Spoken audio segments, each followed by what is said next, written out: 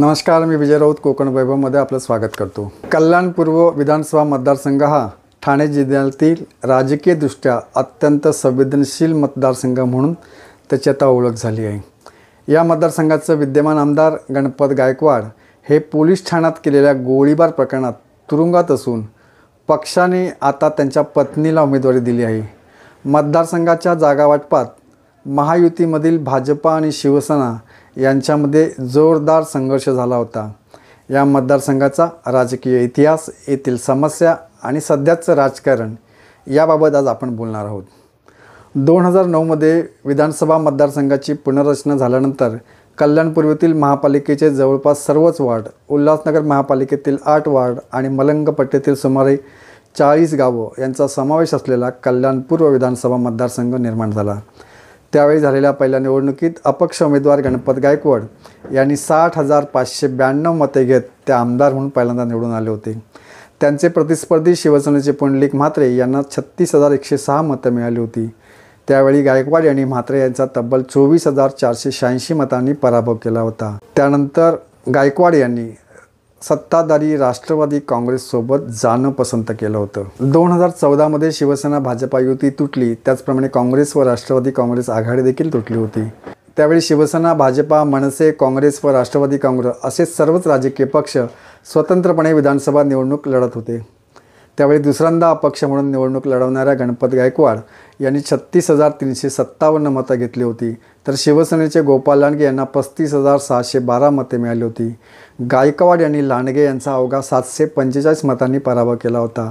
दुसऱ्यांदा निवडून आलेले अपक्ष आमदार गायकवाड यांनी सत्ताधारी भाजपासोबत जाणं पसंत केलं। गायकवाड हे तत्कालीन मुख्यमंत्री देवेंद्र फडणवीस यांचे अत्यंत निकटवर्ती म्हणून ओळखले जाऊ लागले। 2019 मध्ये शिवसेना भाजपा यांची पुन्हा युती झाली, तर काँग्रेस राष्ट्रवादी काँग्रेस यांची सुद्धा आघाडी झाली होती। या निवडणुकीत गणपत गायकवाड यांना भाजपाकडून उमेदवारी दिली। त्यावेळी गायकवाड यांनी 60,332 मते घेतली, तर शिवसेनेचे बंडखोर असलेले अपक्ष उमेदवार धनंजय बोडारे यांना 48,000 मते पडली होती। गायकवाड यांनी बोडारे यांचा तब्बल 12,257 मतांनी पराभव केला होता। राष्ट्रवादी काँग्रेसचे प्रकाश तरे यांना 16,757 मते मिळाली होती, तर वंचितच्या अश्विनी थोरात यांना 12,899 मते मिळाली होती। तरीही गणपत गायकवाड यांनी हॅट्रिक साधली होती। कल्याण पूर्वमध्ये शिवसेनेचे नगरसेवक मोठ्या संख्येने निवडून येतात, मात्र शिवसेनेला आमदार निवडून आणता येत नाही। त्यामुळे स्थानिक भाजपा आमदार गणपत गायकवाड आणि स्थानिक शिवसेना यांचं कधीही जमलं नाही।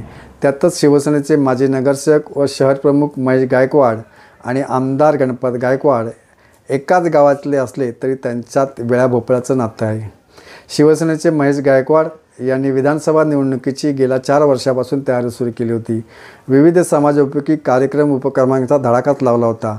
कोरोना काळात तर त्यांनी स्वतः रस्त्यावर उतरून घराघरात जीवनावश्यक वस्तूंचे वाटप केले होते। अनेकांना रुग्णालयात बेड्स मिळवून देणे, त्यांची बिलं कमी करणं, इंजेक्शन मिळवून देणं, नागरिकांना औषधं वाटप करणं, शासनाच्या सर्व योजनांचा लाभ जनतेला मिळवून देण्याचा प्रयत्न महेश गायकवाडांनी केला। कोणाचं घर पडलं, कोणाच्या घराला आग लागली, कोणाच्या घरातील करता माणूस मृत्युमुखी पडला, तर सर्वप्रथम महेश गायकवाड धावून जात होते, त्यांना सर्वतोपरी मदत करीत होते। त्यामुळे महेश गायकवाड यांची ओळख भावी आमदार म्हणून यापूर्वीच झाली आहे। एका अर्थाने गणपत गायकवाड यांचा राजकीय प्रतिस्पर्धी म्हणून महेश गायकवाड खऱ्या अर्थाने तयार झाले होते।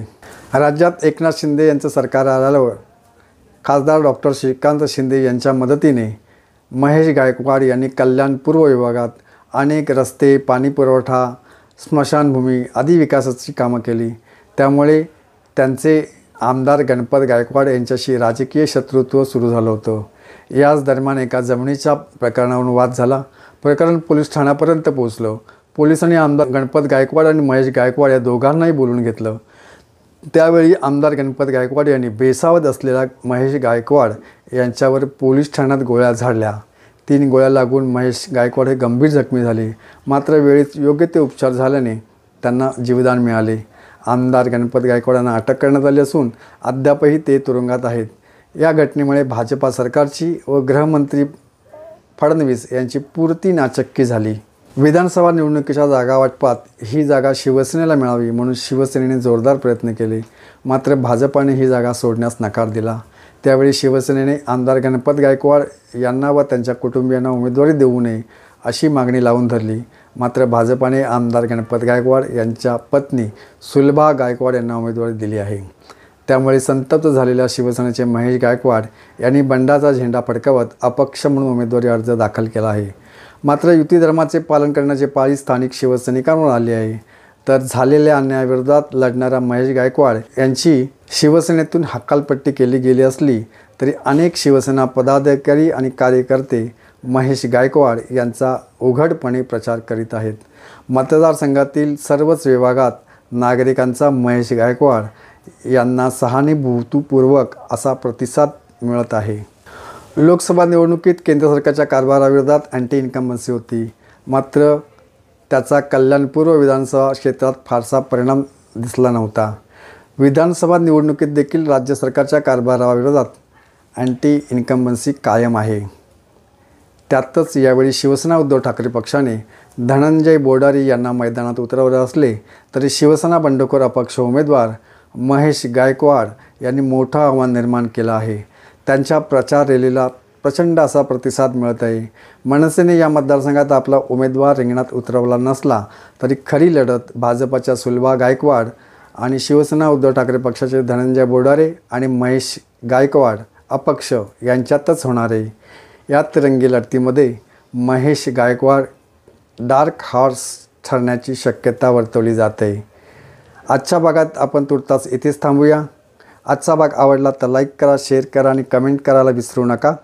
अजूनही आपलं चॅनल कोणी सबस्क्राईब केलं नसेल तर जरूर सबस्क्राईब करा.